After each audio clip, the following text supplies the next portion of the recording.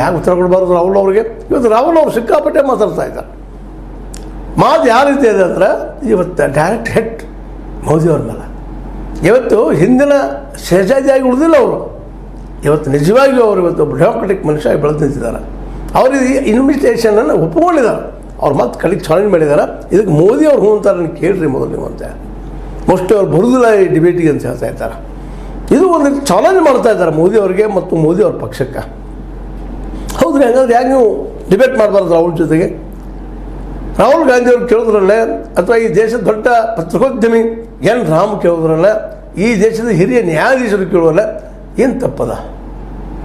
ನಿಮ್ಮ ಮನದಾಳದ ಮಾತುಗಳು ಒಬ್ಬರೇ ಮಾತಾಡ್ತೀರಿ ನೀವು. ಆ ಮನದಾಳದ ಪ್ರಶ್ನೋತ್ತರಗಳನ್ನ ಇಲ್ಲಿ ರಾಹುಲ್ ಜೊತೆ ಮಾತಾಡ್ರಿ. ಮನ್ ಕಿ ಬಾತ್ ಪ್ರಸಿದ್ಧ ಹೋಗ್ಬಿಡ್ತೀವಿ 10 ವರ್ಷಗಳಲ್ಲಿ, ಪ್ರತಿ ತಿಂಗಳು ಬರುವಂಥದ್ದು. ಅಂದರೆ ಇವತ್ತು ಒಂದು ರೀತಿಯಿಂದ ಮೋದಿಯವರಿಗೆ ನಮ್ಮ ರಾಹುಲ್ ಗಾಂಧಿಯವರು ಮತ್ತು ಹಿರಿಯ ಪತ್ರಕರ್ತರು ಮತ್ತು ನ್ಯಾಯಾಧೀಶರು ಚಾಲೆಂಜ್ ಮಾಡ್ತಾ ಇದ್ದಾರೆ. ಬರ್ರಿ, ಮಾತಾಡ್ರಿ, ಈ ದೇಶದ ಅನೇಕ ಸಮಸ್ಯೆಗಳ ಬಗ್ಗೆ ಮಾತಾಡ್ರಿ, ನಿಮ್ಮ ಅಭಿಪ್ರಾಯ ಹೇಳ್ರಿ, ತಿಳಿಸ್ರಿ. ಮುಂದೆ ಏನು ಮಾಡೋರಿದ್ದೀರಿ? ಬರೀ ಮೋದಿ ಗ್ಯಾರಂಟಿ ಅಂತ ಅಡ್ಡಾಡ್ತಾ ಇದ್ದೀರಿ, ಹೋದ್ರಿಲ್ಲ ಏನು ಮಾತಾಡ್ತಾ ಇದ್ದೀರಿ. ಕೆಲವೊಂದು ಕಡೆ ಇತ್ತೀಚೆಗೆ ಅಭಿವೃದ್ಧಿ ಮಾತನ್ನು ಬಂದ ಮಾಡಿದ್ದೀರಿ. ಇವತ್ತು ನಿರುದ್ಯೋಗದ ಬಗ್ಗೆ ಮಾತಾಡೋದು ಇಲ್ಲ ನೀವು. ಇಲ್ಲಿ ಬಡತನದ ಬಗ್ಗೆ ಚರ್ಚೆ ಮಾಡೋದಿಲ್ಲ. ಬಡತನ ಇಲ್ಲ, ಬಡತನ ಜಾತಿ ಅಂತ ಹೇಳ್ಬಿಡ್ತೀರಿ. ಅದಕ್ಕೆ ಇವತ್ತು ಇಡೀ ಈ ದೇಶದ ಪ್ರಜ್ಞಾವಂತ ಜನ ನಿಮ್ಮಿಬ್ಬರಿಗೂ ಚಾಲೆಂಜ್ ಮಾಡ್ತಾಯಿದ್ದಾರೆ. ನೀವು ಇಂದ ಗೆದ್ರಿ ಮೋದಿಯವ್ರು ಮತ್ತು 3ನೇ ಟರ್ಮ್ ಬರ್ತೀರಿ. ರಾಹುಲ್ ಅವರ ಪ್ರಧಾನಿ ಆಗ್ತಾರಿಲ್ಲೋ ಗೊತ್ತಿಲ್ಲ. ಆದ್ರೆ ಇಂಡಿಯಾ ಗಠಬಂಧನ ಸಂಘಟನೆ ಇಲ್ಲಿ ಸರ್ಕಾರ ರಚಿಸಿದ್ರೆ ಅಲ್ಲಿ ಪ್ರಮುಖ ಪಾತ್ರ ವಹಿಸ್ತಾ ಇದ್ದಾರೆ. ಆ ಪ್ರಮುಖ ಪಾತ್ರ ವಹಿಸುವ ಭರದಲ್ಲೇ ಅವರು ಏನು ಮಾಡಿದಾರಪ್ಪ ಅಂತಂದ್ರೆ, ಈ ಅವರ ಒಂದು ಗ್ಯಾರಂಟಿ ಕಾರ್ಡನ್ನು ಮನೆಗೆ ಹಂಚ್ತಾ ಇದ್ದಾರೆ. 5 ನ್ಯಾಯಗಳನ್ನು ಮನೆಗೆ ಹಂಚ್ತಾ ಇದ್ದಾರೆ. ಅದ್ರ ಮೇಲೆ ಸಹಿ ಮಾಡಿಸ್ತಾ ಇದ್ದಾರೆ, ಜನರಿಗೆ ಮುಟ್ಟಿಸ್ತಾ ಇದ್ದಾರೆ. ಹೀಗಾಗಿ ಅವ್ರಿಗೂ ಸಹಿತ ಬೇಕಾಗಿದೆ, ಇದಾಗಲಿ ಅಂತ ಹೇಳ್ತಾ ಇದ್ದಾರೆ. ಆದರೆ ಮೋದಿಯವರು ಏನಂತ ನೋಡಬೇಕು. ಈಗಾಗಲೇ ಮೆಸೇಜ್ ಅವ್ರು ಕೊಟ್ಟಾಗಿದೆ, ಇನ್ನೂ ಉತ್ತರ ಬಂದಿಲ್ಲ. ಅವರ ಫಾಲೋವರ್ಸು ಇನ್ನೂ ಉತ್ತರ ಕಳಿಸಿಲ್ಲ. ಕೊನೆಗೆ ಇವರಿಂದಾರ ಏನು ಹೇಳಿದಾರೆ ಅಂದ್ರೆ, ಕೊನೆಗೆ ಮೋದಿಯವರು ಸಮಯ ಇಲ್ಲ ಅಂದರು. ಅವರು ಕಳಿಸಿದಂಥ ಒಬ್ಬ ಅತ್ಯಂತ ಉತ್ತಮ ವಾಗ್ಮಿ ಯಾರಿದ್ರು ಕಳಿಸ್ರಿ. ತಮ್ಮ ಏನದಪ್ಪ ತಮ್ಮ ಒಂದು ಕೊಡುಗೆ ಮುಂದಿನ ದಿನಗಳಲ್ಲಿ ಏನು ಮಾಡ್ತೀರಿ ಅನ್ನೋದು ಹೇಳಕ್ಕೆ ಬರಲಿ. ನೀವು ಹೇಳ್ತೀರಿ ಇನ್ನು ಬಿಹೈಂಡ್ ಆಫ್ ದ ಕರ್ಟನ್ ಅನ್ರಿ, ಅದು ನಿಮ್ಮ ಭಾಷೆದಲ್ಲಿ ನೀವು ಮಾತಾಡ್ತೀರಿ. ಅದು ಮಾತಲ್ಲ, ಅದು ನಿಮಗೆ ನೀವು ಮಾತಾಡೋದು ಏನೂ ಹೇಳಿಕೆ ಕೊಡೋದು ಅಲ್ಲ. ಇಲ್ಲಿ ಬಂದಾಗ ಒಂದು ಗೆರೆಗೆ ಹತ್ತದ, ಒಂದು ನಿರ್ಣಾಯಕ ಹಂತಕ್ಕೆ ಬರ್ತದೆ. ಮೋದಿ ಅವ್ರು ಕೇಳ್ತಾರೆ ಪ್ರಶ್ನೆಯನ್ನು, ನೀವು ಯಾವ ಗಿಡದ ಮೇಲೆ ದುಡ್ಡು ಇಲ್ಲಿ ತುಂಬತ್ತೀರಿ? ಹಣ ಗಿಡದಾಗ ಹುಡ್ತದೇನ್ರಿ? ಇಷ್ಟೆಲ್ಲ ನೀವು ಫ್ರೀ ಕೊಡ್ತಾ ಇದ್ದೀರಿ, ಹೇಗೆ ನಡೀತಿದೆ ಅಂತೇಳಿ ನಾವು ಕೇಳೋದಕ್ಕೂ ಪ್ರಧಾನಿ ಮೋದಿ ಅವ್ರು ಕೇಳೋದಕ್ಕೂ ಭಾಳ ಅಂತರ ಅದ. ಯಾಕಂದ್ರೆ ಅವ್ರು ಈಗಾಗಲೇ ಈ ದೇಶದ ಅರ್ಥವ್ಯವಸ್ಥೆಯನ್ನು, ಈ ದೇಶದ ಸಾಮಾಜಿಕ ವ್ಯವಸ್ಥೆಯನ್ನು, ಈ ದೇಶದ ರಾಜಕೀಯ ವ್ಯವಸ್ಥೆಯನ್ನು ಅಭ್ಯಾಸ ಮಾಡಿ ಇವತ್ತಿನ ಈ ಪ್ರಧಾನಿಯಾಗಿ 10 ವರ್ಷ ಆಳ್ವಿಕೆಯನ್ನು ಮಾಡಿದ್ದಾರೆ. ಅನುಭವ ದಟ್ಟದಲ್ಲಿ. ಹೌದಲ್ಲ, ನನಗಾಗಲಾರ್ದು ಇವ್ರು ಹೆಂಗೆ ಮಾಡ್ತಾ ಇದ್ದಾರೆ? ಇದು ಏನಿದೆ ಗುಟ್ ಏನು ಇವ್ರದ್ದು ಕೇಳ್ಬೇಕಲ್ಲ. ಇವರು ತಪ್ಪದ ಅದರಲ್ಲೇ ಮೋದಿಯವ್ರು ಕೇಳಿದ್ರಲ್ಲ.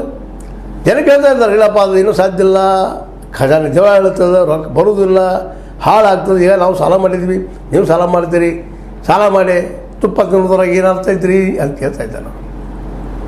ಸರಿ ಅದಾವ ಮತ್ತು ಹೌದು ಜೀವ ಹೇಳ್ತದೆ. ಖಜಾನೆ ಎಲ್ಲ ಫ್ರೀ ಕೊಟ್ಟರೆ ಬರೋದಂಗೆ ಇನ್ಕಮ್ ಬಂದಾಗನ ನಾವು ಜನರಿಗೆ ಹಂಚಕ್ಕೆ ಸಾಧ್ಯದ. ಒಳ್ಳೆಯ ರೋಡ್ಗಳನ್ನು, ಒಳ್ಳೆಯ ಶಾಲೆಗಳನ್ನು, ಒಳ್ಳೆಯ ಕಟ್ಟಡಗಳನ್ನ ಮತ್ತೆ ನಡೆಸೋಕ್ಕೆ ಸಾಧ್ಯದ. ನೀರು ಕೊಡುವಂಗೆ ಮಚ್ಚನ್ನು ಕೊಡೋದು ಎಲ್ಲ ಸಾಧ್ಯತೆ, ಏನು ಸಾಧ್ಯತೆ ಎಲ್ಲ ಮಾಡಲಿಕ್ಕೆ ಆಗ್ತದೆ ಅಂಥೇಳಿ ಮೋದಿಯವ್ರು ಕೇಳ್ತಾ ಇದ್ದಾರೆ. ಇದಕ್ಕೆ ರಾಹುಲ್ರಾಗಿರ್ಬೋದು, ಅವ್ರ ಬೆಂಬಲಿಗರಂಥ ಕೇಜ್ರಿವಾಲ್ರಾಗಿರ್ಬೋದು, ಅವ್ರು ಉತ್ತರ ಕೊಡಬೇಕಾಗ್ತದೆ. ನೀವು ಹೆಂಗಪ್ಪ ಹೇಳಿ ಸೋರ್ಸ್ ಏನು ನಿಮ್ಮದು? ಸಹಜವಾಗಿ ತಮ್ಮ ಸೋರ್ಸ್ಗಳನ್ನ ಹೇಳಿದಾಗ ಅವರು ಕೊಡ್ತಾ ಇದ್ದಾರೆ. ಈಗ ದೆಹಲಿ ಮಟ್ಟದಲ್ಲೇ, ಪಂಜಾಬದ ಮಟ್ಟದಲ್ಲೇ, ಇವರು ಕರ್ನಾಟಕ ಮಟ್ಟದಲ್ಲೇ, ಅದೇ ಕಾಲಕ್ಕೆ ಹಿಮಾಚಲ ಪ್ರದೇಶ ಮಟ್ಟದಲ್ಲಿ ಕೊಡ್ತಾ ಇದ್ದಾರೆ. ಅದನ್ನೇ ಇವರು ರಾಷ್ಟ್ರಪತಿ ಕೊಡ್ತು ಅಂತ ಹೇಳ್ತಾರೆ. ನಿಮ್ಮ ಈ ಒಂದು ಕೊಡುವಿಕೆಗೆ ನಿಮ್ಮ ಮೂಲ ಯಾವುದು? ಅರ್ಥ ಮೂಲ ಯಾವುದು? ಎಲ್ಲಿ ತೊಗೊಂಬರ್ತೀರಿ? ನಾವು ಟ್ಯಾಕ್ಸ್ ಹೆಚ್ಚು ಮಾಡಿ ತೆಗೆದುಕೊಡ್ತೀರ? ಏನು ಮಾಡಿಕೊಡ್ತೀರಿ? ಯಾಕಂದ್ರೆ ಇವೆಲ್ಲನೂ ನೀವು ಪೂರೈಸಬೇಕಾಗ್ತಂದ್ರೆ ದುಡ್ಡು ಸಾಕಷ್ಟು ಬೇಕಾಗ್ತದೆ. ಆ ದುಡ್ಡು ಎಲ್ಲಿದಪ್ಪ? ಅದಕ್ಕೆ ಇವರು ಹುಡುಕಾಡು ತಗೊಳ್ಬೇಕಾಗ್ತದೆ. ಈಗೇನಾಗ್ತದೆ, ಪತ್ರಿಕೆದ ಅವ್ರು ಯಾರೋ ಒಂದು ಪ್ರಶ್ನೆ ಮಾಡೋದು, ಅದು ಮಾಡೋಕ್ಕೆ ಸಾಧ್ಯದ? ಕೇಜ್ರಿವಾಲ್ನ ಕೇಳ್ಕೊಳ್ಳಿ, ಅದು ಕೇಜ್ರಿವಾಲ್ ಸೀಕ್ರೆಟು, ನಾವು ಮಾಡ್ತೀವಿ, ಅದನ್ನು ನಾವು ಲಾಭ ತೋರಿಸಿದ್ರೆ ಆಯಿತು ಅನ್ನುವಂಗೆ ನಾವೇ ಹೇಳು ನಿಮಗೆ ಅನ್ನುವಂಗೆ ಮಾತಾಡ್ತಾರೆ. ರಾಹುಲ್ರು ಇಲ್ಲ, ಈಗೇನು ನಾವು ಈ ಕಾರ್ಪೊರೇಟ್ಗಳು ಕೊಡ್ತಾರೆ, ಆ ಹಣವನ್ನು ನಾವು ಜನರಿಗೆ ಕೊಡ್ತೀವಿ ಅಂತ ಹೇಳ್ತಾ ಇದ್ದಾರೆ. ಆದರೆ ಯಾವಾಗ ಮೋದಿ ಅವರು ಒಂದು ಸ್ಟೇಜ್ ಮೇಲೆ ಈ ಪ್ರಶ್ನೆ ಕೇಳಿದಾಗ ಉತ್ತರ ಬರಲಿಲ್ಲ ಅಂದ್ರೆ, ಉತ್ತರ ಸರಿಯಾಗಿ ಬರಲಿಲ್ಲ ಅಂತಂದ್ರೆ ಅಲ್ಲಿ ನೋಡುಗರು ಕುಳಿತಿರ್ತಾರೆ, ಜಡ್ಜಸ್ ಇರ್ತಾರೆ, ದೊಡ್ಡ ದೊಡ್ಡ ಪತ್ರಿಕಾ ರಂಗದ ದಿಗ್ಗಜರು ಇರ್ತಾರೆ. ಅವರೆಲ್ಲರನ್ನು ಮಾತಾಡ್ಬೇಕಾಗ್ತಲ್ಲ, ಅವರೆಲ್ಲರನ್ನು ಮಾತಾಡಿ ಅವ್ರಿಗೆಲ್ಲ ಮನಸ್ಸಿಗೆ ಒಪ್ಪುವಂಥ ಉತ್ತರ ಕೊಡಬೇಕಾಗ್ತದೆ. ಯಾಕಂದರೆ ಅವರು ಇಡೀ ದೇಶದ ಅರ್ಥವ್ಯವಸ್ಥೆ ಬಗ್ಗೆ, ಸಾಮಾಜಿಕ ವ್ಯವಸ್ಥೆ ಬಗ್ಗೆ, ಸಾಂಸ್ಕೃತಿಕ ವ್ಯವಸ್ಥೆ ಬಗ್ಗೆ ಸಂಪೂರ್ಣವಾಗಿ ಅಧ್ಯಯನ ಮಾಡಿದವರು ಇರ್ತಾರೆ. ಜೊತೆಗೆ ಅನೇಕ ಒಳ್ಳೆಯ ವಿದ್ವತ್ ಇದ್ದಂಥ ಜನರ ಜೊತೆಗೆ ಮಾತಾಡಿ ತಮ್ಮ ವಿಷಯವನ್ನು ಗಟ್ಟಿ ಮಾಡ್ಕೊಂಡು ಬಂದಿರ್ತಾರೆ. ಅವ್ರ ಮುಂದೆ ನೀವು ಸುಮ್ಮನೆ ಏನೋ ಮಾತಾಡಿದ್ರಿ ಅಭಾಷೆಗೊಳಗಾಗ್ತೀರಿ ಅಂತ. ಮತ್ತು ಆಗಬೇಕಾಗಿದ್ರಿ ದೇಶದಾಗ ಚರ್ಚೆಗಳಾಗಬೇಕು. ಆದರೆ ಈ ರೀತಿ ಆಗುವಂಥದ್ದು ಹೊಸ ಕಲ್ಪನೆ. ಇದು ಅಮೇರಿಕಾದಲ್ಲಿದೆ. ಅಲ್ಲಿಯ ಅಧ್ಯಕ್ಷರು, ಎರಡೂ ಬದಿ ಅಧ್ಯಕ್ಷ ಕಾಂಪಿಟೇಟರ್ ಯಾರಿದ್ದಾರೆ ಅವರು ಏನು ಬಲ್ಲಿವಿ, ಏನೇನು ಮಾಡ್ತೀವಿ, ಹೋಮ್ ನಮ್ಮ ಗೃಹ ಇಲಾಖೆಯಲ್ಲಿ ನಾವು ಏನೇನು ಡೆವಲಪ್ಮೆಂಟ್ ಮಾಡ್ಬೋದು, ಪೊಲೀಸರಲ್ಲಿ ಇನ್ನೂ ನೈತಿಕತೆಯನ್ನು ಹೆಚ್ಚು ಮಾಡೋ ಸಲುವಾಗಿ ಪೊಲೀಸರ ಒಂದು ಕಾರ್ಯಕ್ಷಮತೆಯನ್ನು ಹೆಚ್ಚು ಮಾಡೋ ನಾವು ಏನು ಮಾಡ್ಬೋದು, ಇಲ್ಲೇ ಕಳ್ಳರನ್ನು, ದರೋಡೆಕೋರರನ್ನು, ಇನ್ನುಳಿದವ್ರನ್ನ ಹಿಡಿಯೋದಕ್ಕಾಗಿ ನಾವು ಎಂಥ ಚಿಕಿತ್ಸೆಯನ್ನು ಈ ಪೊಲೀಸ್ ಡಿಪಾರ್ಟ್ಮೆಂಟ್ ಮಾಡ್ಬೋದು. ಇನ್ನೂ ಅನೇಕ ವಿಷಯಗಳು, ಅಂತರಂಗದ ವಿಷಯಗಳಿಗೆ ಗೃಹಕ್ಕೆ ಸಂಬಂಧಿಸಿದಿರ್ತದೆ. ಅದರ ಕುರಿತಾದ ಪ್ರಶ್ನೆಗಳಿಗೆ ಉತ್ತರ ಹುಡುಕಬೇಕಾಗ್ತದೆ. ಅದನ್ನು ನಮ್ಮ ರಾಹುಲ್ ಕೇಳಿದ ಉತ್ತರ ಕೊಡಬೇಕಾಗ್ತದೆ.